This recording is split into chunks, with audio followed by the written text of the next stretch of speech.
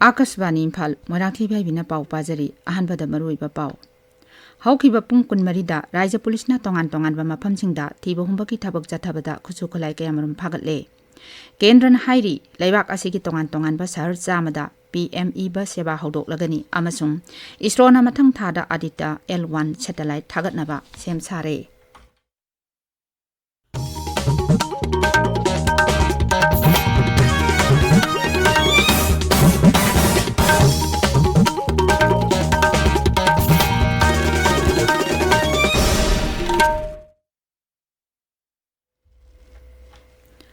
Manipur Police Control Room na hairi haukiba pung kunmarida Raija Police na tongan ba mafamsingda thiba humbagi thabak jathabada khusu khulai kayamarum phaгаtle. Bisnupur Churasampur Tengnopal amadi Kangpokpi jilagi tongan ba mafamsingdagi nongmai nipal kapa yariba nongmai maru chamaga tarani thoi amadi bom taruk phagatki amadi Tengnopal districta bunker taruk thugaiki. Haukiba August 15 Narcotic and Affairs of Border na Manipurna Miyoi Mari Imphal Eastki Mantri Pokidagi Nisa oina sijinaba cup chera bottle lising ama zani nipuga konana phare pharaba Miyoi Mari adu amana Imphal West dagini aduga atopa amana Assam dagini hairi.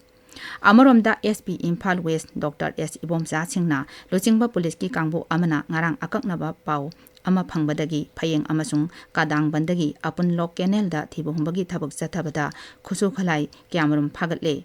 Police ki kangbu aduna phayeng kadang ban lambigi apun lok canal gi nongchup thangba sarukta pistol pistol magazine ani sub machine gun 9mm carbine ama hand grenade taru tube launching tara yauri. Nonezlagi Imphal Jiribam Lambi National Highway number Kuntra Tareta Leptana Nong Chubadagi landslide amadi mudslide thokle. Khongsang Railway Station gi manak nakna leba irang amasung khongsang khonggangsingda khwaidagi hena chauna chaitheng piri. Aikoi none pawmina hai haujik lambi da pesinduna leiriba leikhom lenangsing sengdoknaba road construction company singna akanba thabak paikhatli. Haujik Manipur da thokliba irang asina maram oiraga lajena duna relief camp ta leiriba mahiroi singi nomagi oiba career counseling gi thoram ama ngarang Sadar Hills ki Kaithelman bida leiba ngaimel children school da pangthokre.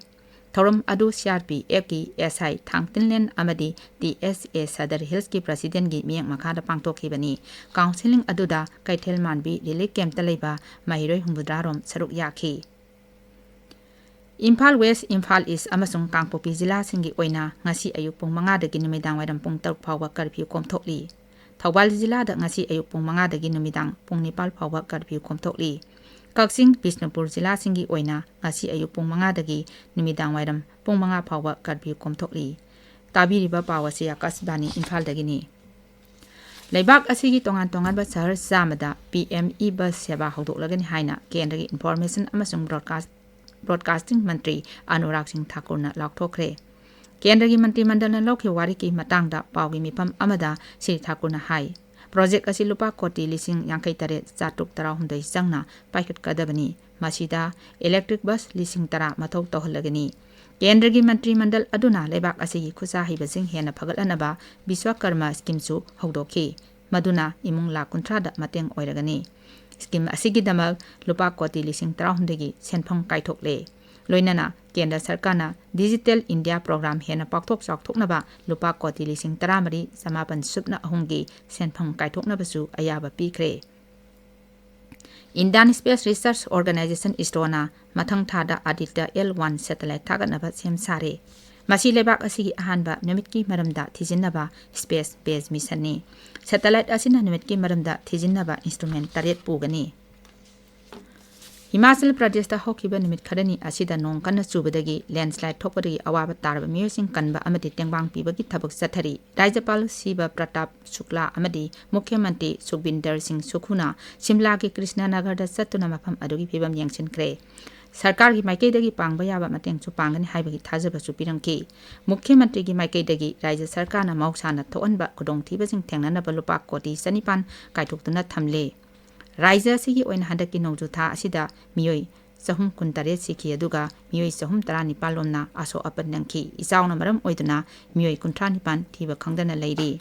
Ngasi phongpa paukse singi maru oiba pauksingi damak haujik Mangsatabam Premananda leire. Premananda Thagachari Ibehaibi ngasi phongpa pause singda India gi humfu taret suba Independence Day gi thoram pangthokkhibagi pau Manipur Santi Puraknaba akanba mong thok paikhatli haiba Pradhan Mantri gi wafam MLA singna tongsinbadagi irang chauthokhanbani haiba Congress gi wafam maroi pawoina fongnari state asidasu 63 suba Independence Day gi thoram pangthokre wari sanaduna warosin puraknaba thonglauna hangli haiba Mukhyamantri gi wafam pawnafam paucheda ahan headline tawri Manipur da Santi Puraknaba akanba pawong da thabak paikhatli haiba Pradhan Mantri gi wafam na ani suba headline tawri Ichel Express da 63 suba Independence Day gi thoronga mari lainana Manipur da war on drugs campaign chathariba si Kanglup amagi mathakta chathabanate tungi mirol kannabani haiba Mukhyamantri Nongthom Biren gi wafam ahan headline tawri Pawasi Sanga Express Manipuri da su ahan headline tawduna fongli Center ni state ka tanaraga thabak tawri haira ngasi fawba irang loisindana thamba sigi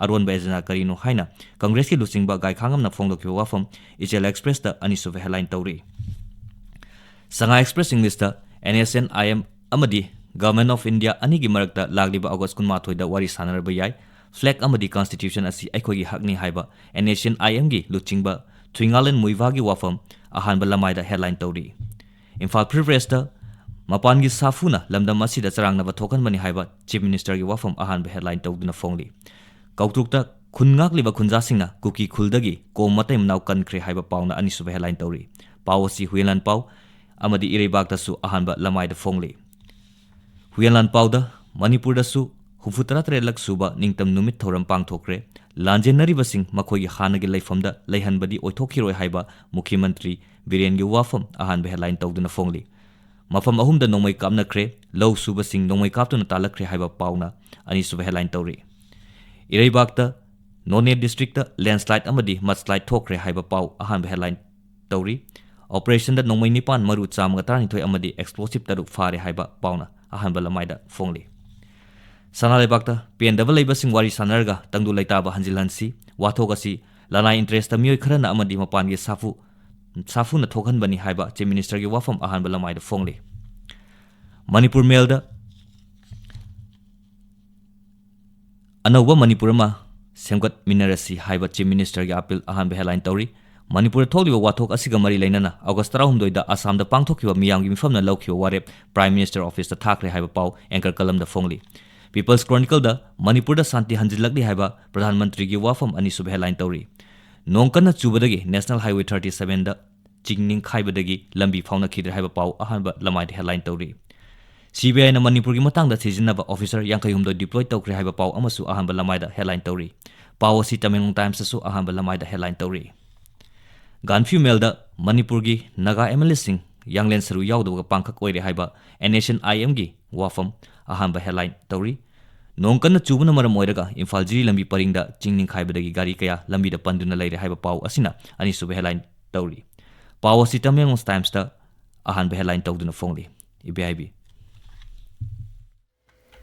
Thagatsari Premananda Haujik aroibada maruoiba paw amo Haukiba pung kun marida Raja Police na tongan ba mafamsingda thiba humbagi thabak chathabada khusukalai kayamarum phagatle Kendra na hairi laibak asigi tongan ba sahar samada PME ba seba hodoklagani amasung ISRO na mathang thada Aditya L1 satellite thagatnaba sem sare pawloijare